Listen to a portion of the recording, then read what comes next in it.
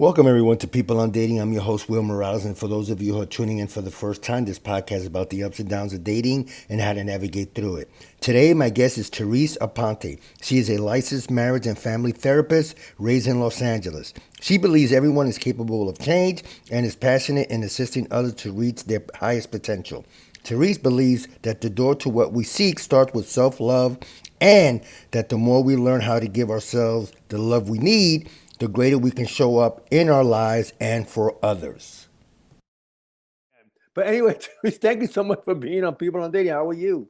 Of course. Thank you so much. I'm doing well. Great to be here. Thanks for having me. No, listen, it's my pleasure. So, Therese, tell us a little bit about yourself. What was that journey like for you to become a licensed marriage and family therapist? What was that journey like? That aha moment for you? Ooh, yeah. I would say so I've always been interested or has have been as interested in psychology since sharing a room with my sister. My sister had all kinds of books on psychology and even like spirituality. So I would poke through, some of them and just be I think that was sort of my interest in learning about like who I was and yeah, went through some challenges at home and my sister and I would talk about how we could work through some of the issues at home together. So it felt like getting to know myself really started at home and in the family. Um, and so yeah, I spent a good amount of time reflecting and I with my friends we would talk about um, what we were going through. And it probably really wasn't until, after college. So I majored in psychology and I was working at a group home.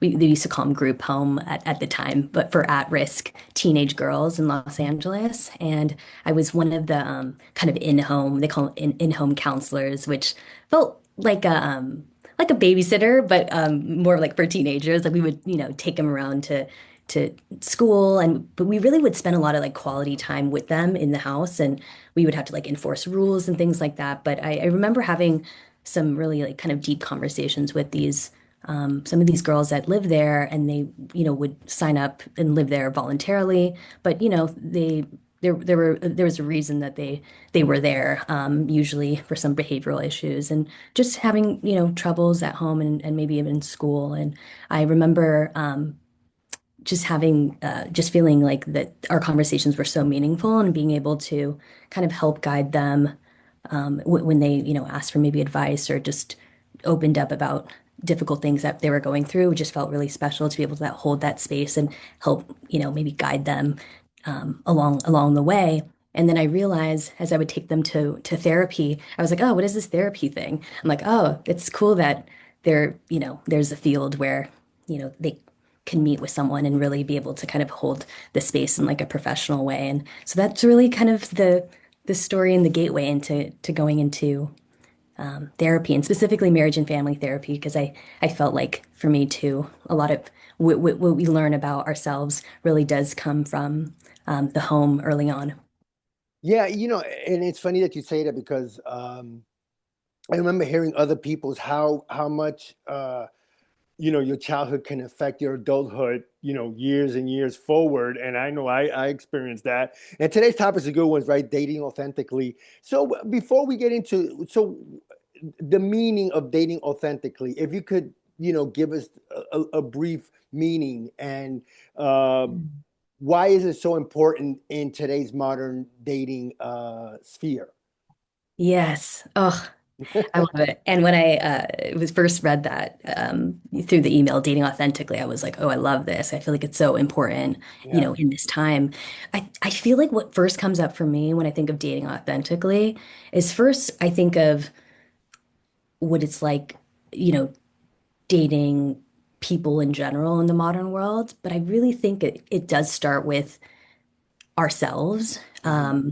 So to date, what does it mean to date ourselves like authentically? I feel like to know ourselves, to know what we really value and like what our needs are, what do we really enjoy, what makes us feel a sense of like purpose and meaning, what makes us feel like unsafe inside, and that might help, dictate like what are some of our non-negotiables.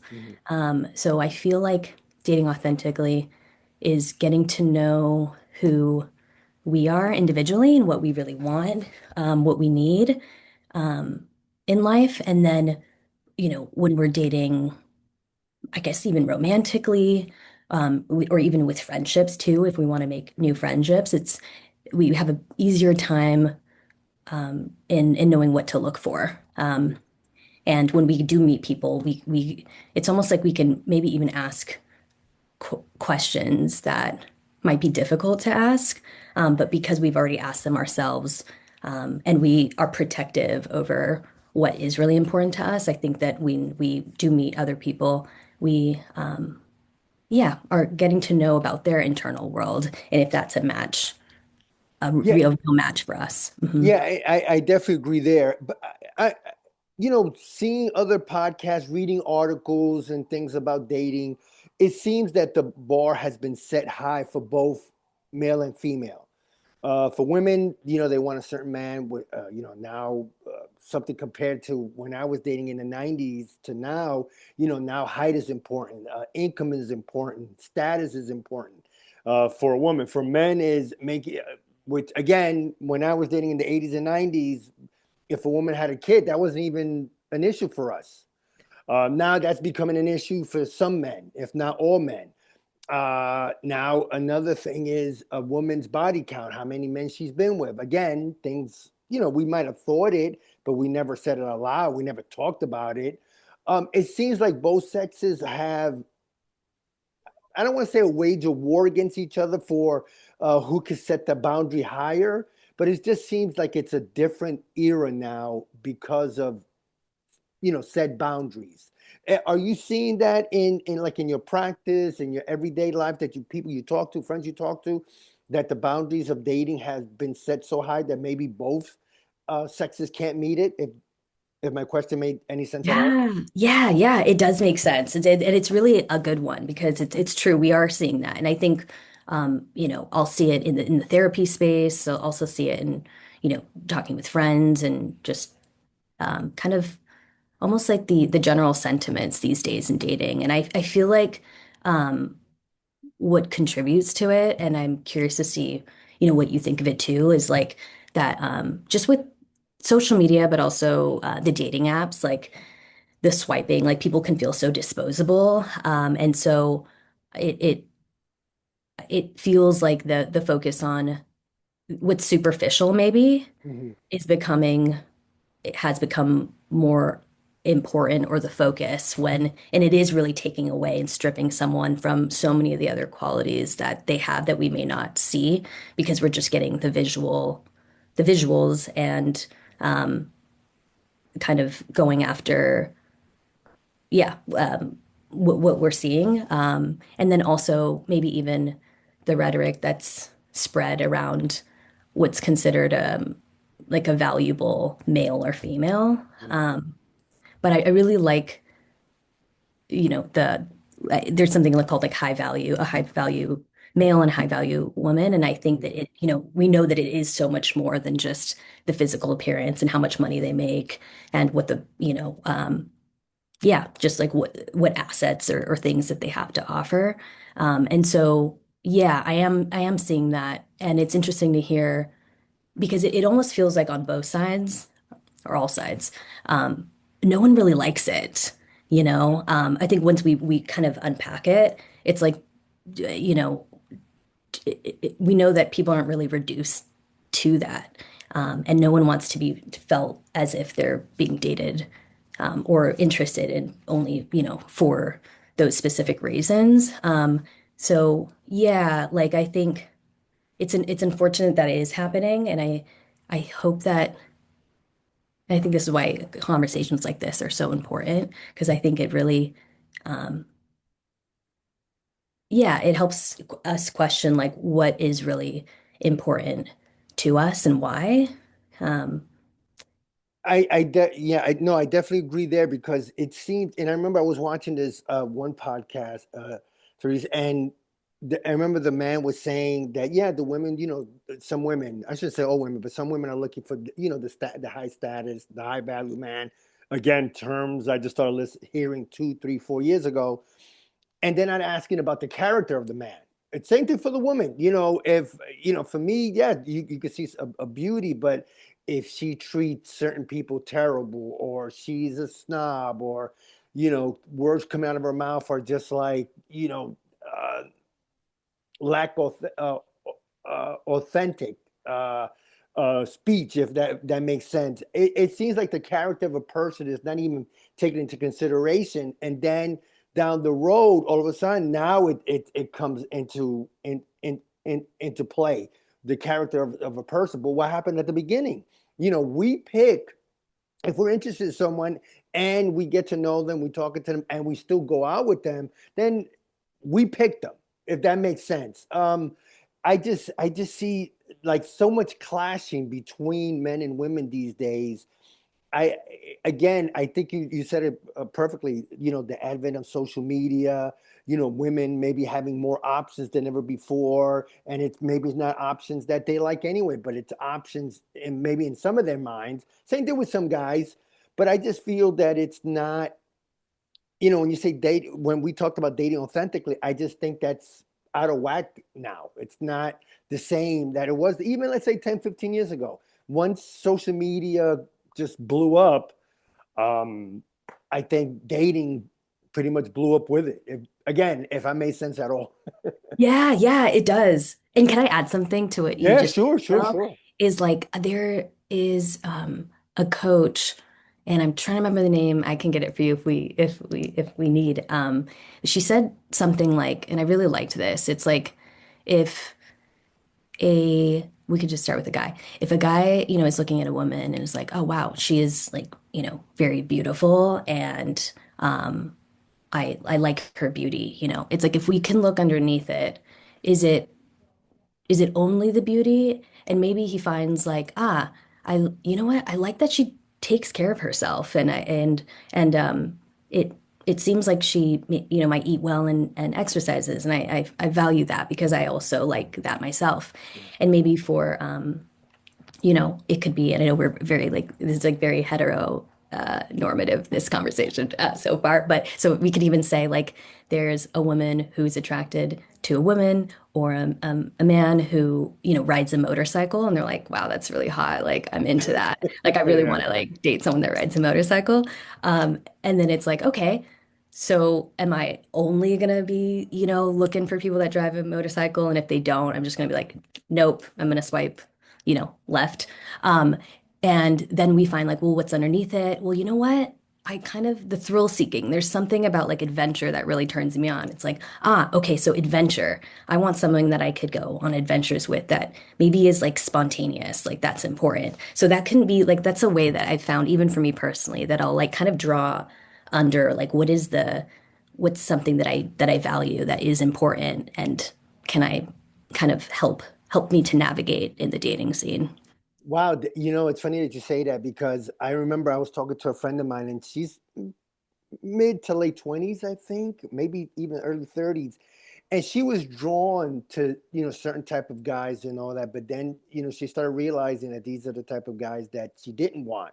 And but again, I think I wanted to ask you this too, Therese, is being self-aware of, your dating patterns. And for me, it happened in my mid to late 50s, that I was dating, and I was wondering, like, what the hell am I doing wrong? And I remember, Therese, people would tell me, oh, you're too nice, you're too available, you do this, blah, blah. And I was like, no, no, you're wrong. No, you're wrong, you're wrong. But then this one particular moment, I remember walking out of my apartment, and I'm just, after this so-called breakup, because there wasn't even really a relationship, but we had business dealings together. It started off romantically, nothing physical, but it started, and then it just pretty much went downhill. But for me, I had to self-reflect. I started reading more. I just realized I was a problem because of my attitude, and it was always people pleasing. Mm. And that was so, and I wasn't myself. And it took that relationship. to really wake me up.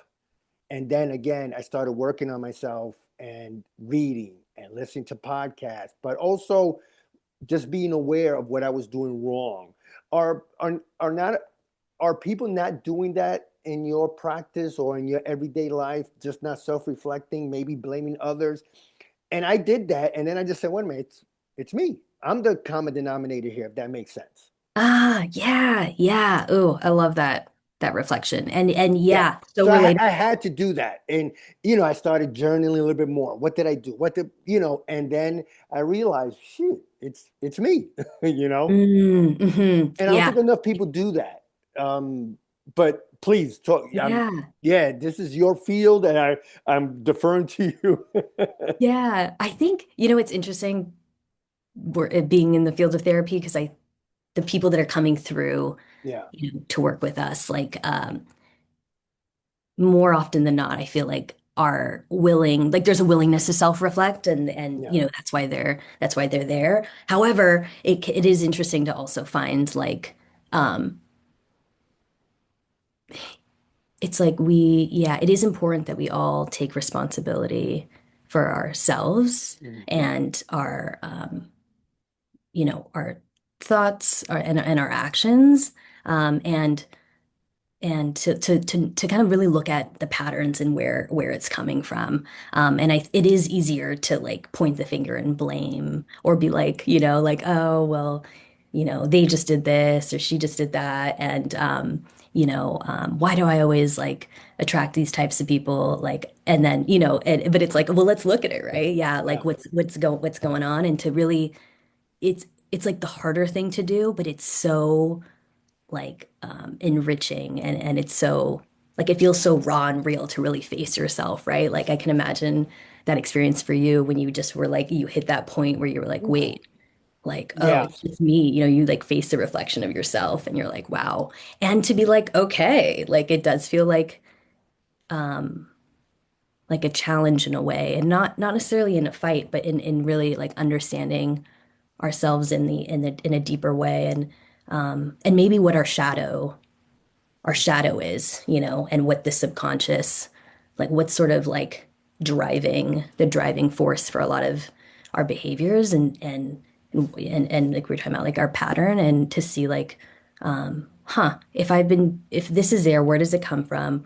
Why have I been operating in this way? And is it working for me sometimes? Maybe. Is it not working for me other times? Like yeah. And if I want to change it, like how do I do that? But yeah, it does take humility, and to be able to really sit and be like, okay, what's mine, and what's not mine, and what is mine, I'm willing and wanting, I'm ready to change. I love that. Because again, for me, it was that particular moment, right, when I'm walking out, and then I started reflecting. Okay, this came from childhood. Okay, and it's all about And I did do some therapy, and I remember again, it was all about reading, and then just thinking to myself, okay, this is what I've done, and I had friends that had always told me about this. So, and I try to do the same to others. I'm like, well, if this was you, but then all of a sudden you change. Hey, you got to, you're partially to blame because you changed for that person. And the people Mhm. pleasing, again, that was like a slap in the face. I realized, you know what? I'm just got to be me. If they like it, not, then I'm sorry. That's on you. I want to be myself. And I just think, how you Ah, said it, it's just self-reflecting and then just take that time to like work on yourself and all. And I remember this was summer. This is during COVID, so this is you talk about now going on 6 years. And I remember, Therese, I was walking out, and this is the beginning of the summer, a few weeks before the summer, and I said, okay, you know what? The rest of this year, I'm not dating. I'm just reflecting, working, working, working, and and it was hard to change. It was so hard because and I had to start with my friends. Hey, they want you to do this. No, I'm going to do this first. No, I can't make it there. I'll see you another time. So again, it was more about saying no and saying mm, yes to me, yes to myself more often. yes, Does that make yes, sense? Did I make sense? totally. And oh yeah, can I add something to that Yeah, too? no, please, please, please. Because similarly, I have recovering people pleaser, And when we really start to put ourselves first, I learned, I think from another therapist or social worker, she was saying when we start to set smaller stakes boundaries, and Hmm. that example where you gave with your friends, where you were like, hey, do you want to go out? Like, and you already, know what you're going to do for that evening, something for yourself, but you're like, oh, in the past I would have said yes, Yeah. but I'm gonna say no here. That'd be an example of like a smaller stakes boundary where the more we do it, the easier it will be to say no to a bigger stakes boundary, you know? Yeah. But she was saying like that the emotion of guilt is gonna be n probably natural following the no. So knowing if we like start to feel guilty after saying no, that it's actually normal and it's a way for us to kind of measure like, okay, we're actually on track. This feels really uncomfortable, and every part of me wants to probably say yes, but I'm gonna just stay. I'm gonna hold the line, Yeah. and then it gets easier over time. I think we feel the guilt for a less shorter amount of time. There we go. Oh my God, yes, definitely. I agree that. I remember I had bought a book. I think it's called When I Say No, I Feel Guilty. I forgot. I got to find the author and Mm, everything. And I remember reading that book, and I'm like, man, you know what? This is perfect. And I remember I think I even bought the audio version, so this way I can listen to it on the way to work and not and all that. So, Therese, before I let you go, talk yeah. more about dating authentically. Like, what's some steps that we could take to get to that point of dating authentically? Can you do maybe one or two steps, three steps, and um, for us to like realize, okay, before I do this, maybe I should do one, two, three first. If that makes Yeah. sense at all. Yes. Yes. Okay. I love that. I This is just from like a culmination of different things and kind of what I've done for myself personally is um, I'll go over like what is it that's most important to me right now. So I'll go over what my values are, and I know values can sometimes be like, oh, I'm just writing different words on here, But if Hmm. we can kind of look at and then narrowing it down to maybe like 5 or 6 values. That way, because our values can change over time, so we can say like, what is it that is most important? What do I value the most right now? And then looking at like, what are my needs? And that might be like, my needs are, I need to feel emotionally safe in a relationship, meaning in order to feel emotionally safe, what does that mean? That might mean I need to be able to speak my mind freely in a relationship and know that that other person can hold this space and be able to hear me out and also allow me to speak freely, even if they get triggered or if it makes them feel uncomfortable.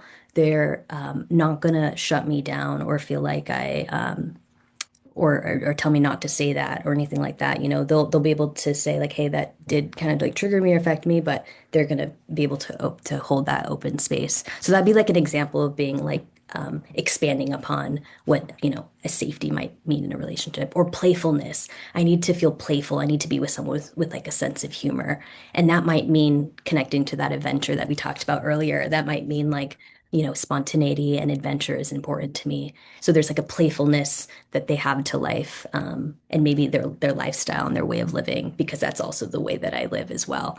And then also looking at like the non-negotiables, I feel like that has been pretty big. Is looking at like, and usually we'll get this data from what has kind of happened in the past. We're looking at past relationships and being like, you know what? Yeah, I never again will I go back to that, or will I be like engaging in that type of like dynamic again? So it can be like a non-negotiable, but may mean like, um, let's see, trying to think of one. Yeah, I guess the example of earlier of not feeling like emotionally safe could be one. Yeah. Oh yeah. Another one could be like, I want there to be. Yeah, to feel like I'm not pleasing. So another one could be like people pleasing, to feel like if it could be like if I know that that's a pattern of mine, people pleasing, I share that with my partner, maybe of like, hey, I'm working on this. And so um, it could be also someone that is able, maybe it's like someone that also is doing the inner work as well. So that way they are encouraging of me doing my work. It could be like my work of people pleasing. They can also be doing their inner work, or at least like what's it called? Emotional. They're emotionally intelligent. Okay. That might be like a non-negotiable. Like I really want to be with someone that has some emotional intelligence. That way we can have these like conversations. Yeah. No, So those are good. Those are definitely good. Well, first of all, Therese, I want to thank you so much for being on People on Dating. My God, I could probably talk to you for another hour. And before I let you go, anything else you want to promote? Any book tours, Oprah visits, anything like that? oh well, gosh, thank you so much. I This is gonna be the year that I get like social media like started and up. Okay. But yeah, I do have a website. It's called aligntheheart.com. And yeah, well, if anyone wants to get in touch, I you could send them my way, and I guess I share my email with you. But I'm gonna yeah definitely get like a Instagram up No, and be doing yeah, some you have to. collaboration. Unfortunately, you have to. You got to get out there, definitely. Anything else you want to promote? Just the website, and your Yeah. email, whatever. Yeah. Yeah, just like Therese at aligntheheart.com is the email, and Okay. then the website itself is aligntheheart.com. No, sounds And good. And yeah. yeah, go ahead. You anything else you wanted to add? Yeah, I'm gonna be doing it's a collaboration with a friend who like a little short series Okay. together, and she's like an intuitive. So it'll be nice because we're gonna be both in the healing world, but coming from different perspectives, Oh, that should be explore the different exciting. perspectives. Yeah. So, Okay. yeah, I'll Yeah, share no, that that's with you pretty as cool. No, it's definitely, well. yeah, definitely. I mean, whatever you got in terms of links or websites, send it to me. I'll definitely put on the show notes. And before I let you go, one last word about dating authentically. Oh, one last word. Okay. Ooh, I think it would be like it starts with yourself. Yeah, it starts with ourselves. So listening to ourselves and like really taking the time to get in there and really like get to know ourselves. Yeah. I like that. Yeah, listen to the gut. I wish I would have listened to my gut a long time ago and more, but definitely it makes sense. Well, anyway, Therese, thank you so much for being on People Mm. Dating. I really, really appreciate it. Will appreciate you so much too. Thank you. And it's amazing. I'm so happy that we're all on this journey together. And thanks so much for sharing a bit about your story with me. No, it's my pleasure. Take care.